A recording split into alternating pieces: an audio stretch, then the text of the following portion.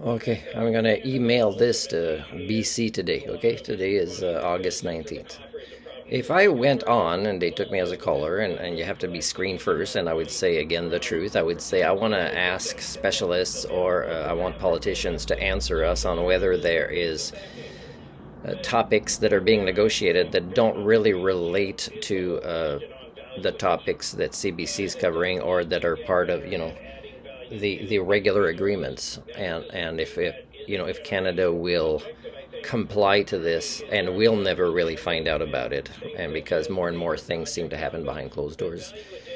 And yes, Carney is the person that can deal with Trump, but he can only deal with Trump with somewhat more respectable business discussions and interactions on trade or economics or things like that.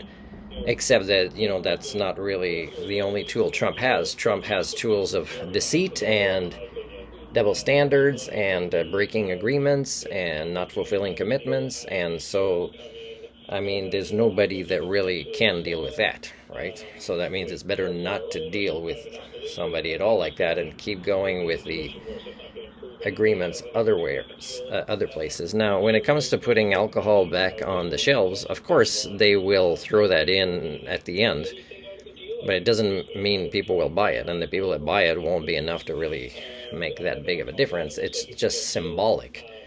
So the symbology of all this, and how CBC is covering so much of this topic when there's so many other things going on in Canada and the rest of the world, it's sad. It's sad that you're brainwashing us with, not only your own manufacturing of consent, if you're even aware you're doing it, CBC, but that of others. And of course, people will call in, but try different topics. You'll see people will call in as well for your show. Except we're stuck with this. We're stuck with this. It's all people are talking about, and we don't talk about the human condition anymore. We don't talk about the possibility of the happiness index coming into Canada instead of GDP. And we're not talking about how more and more things happening behind closed doors with the Liberals that they might as well just every party should just join at this point and have no more parties because it's ridiculous how these are things that benefit the elites. They have impact on people, but part of it is it's designed that way. So if people's jobs get lost, it's not going to be that easy for them to, let's say, get free trainings for another kind of trade.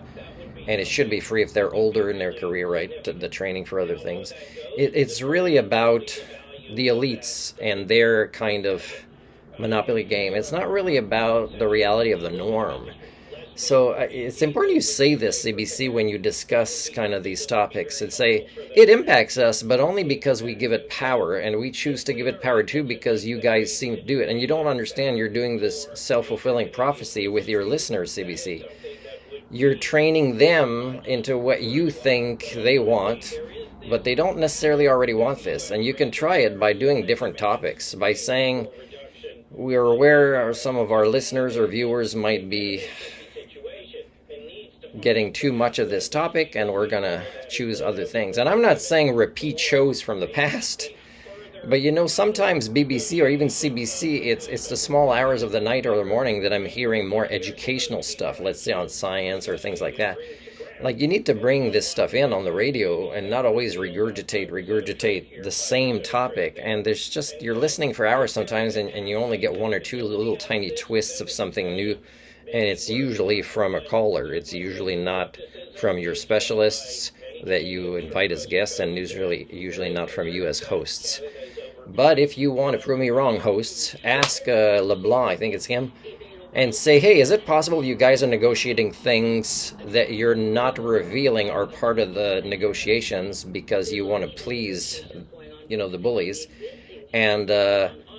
And of course, you and your elite buddies, familiars will benefit as well. And of course, you can swallow that justification by saying that we had to do it, even though your kids won't be able to breathe and they'll be running from fires about 50% of their lives, in the next 20 years. So you might justify it, say we had no choice, this is the best we could do. But it's only the best you can do based on the programming that you're giving your cells, you're training your cells with this domestication. And, get David Suzuki on every day to explain to you how it's a form of manipulative math for the benefit of elites and mental illness to talk about economics.